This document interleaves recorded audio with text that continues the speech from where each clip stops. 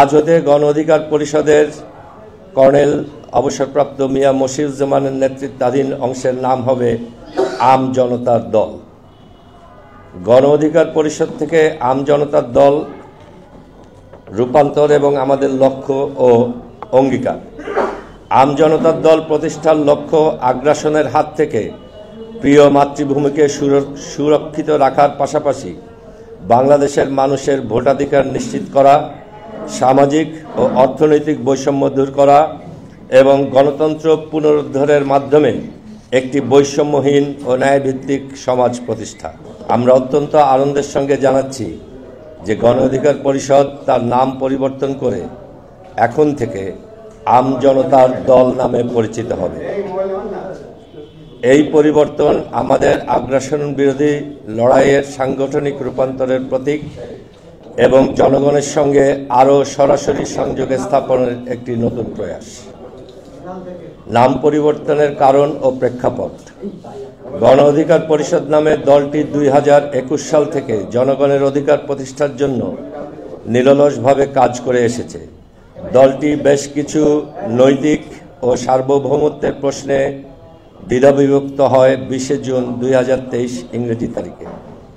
এর মাঝে ডক্টর রেজা কিবরিয়ার নেতৃত্বাধীন গণ অধিকার পরিষদে আজ অবধি আহ্বায়কের দায়িত্ব পালন করছেন আমি কর্নেল মিয়া মশিউজ্জামান।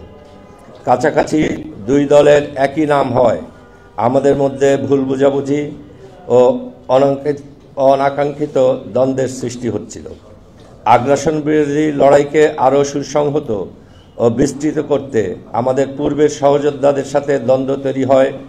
এমন নাম পরিহার করতে আমরা পূর্বের নাম গণ অধিকার পরিষদের পরিবর্তন করে আম জনতার দল নামকরণ করেছি। আজ হতে গণ অধিকার পরিষদের কর্নেল অবসরপ্রাপ্ত মিয়া মশিউজ্জামানের নেতৃত্বাধীন অংশের নাম হবে আম জনতার দল। গণ অধিকার পরিষদ থেকে আম জনতার দল রূপান্তর এবং আমাদের লক্ষ্য ও অঙ্গীকার।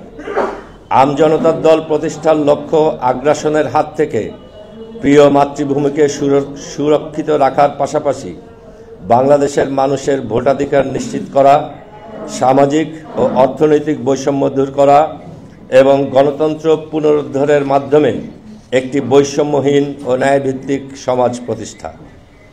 আমরা দুর্নীতি প্রতিরোধ, শিক্ষা, স্বাস্থ্য ও কর্মসংস্থানের মতো মৌলিক অধিকার সবার জন্য সহজলভ্য করতে কাজ চালিয়ে যাব।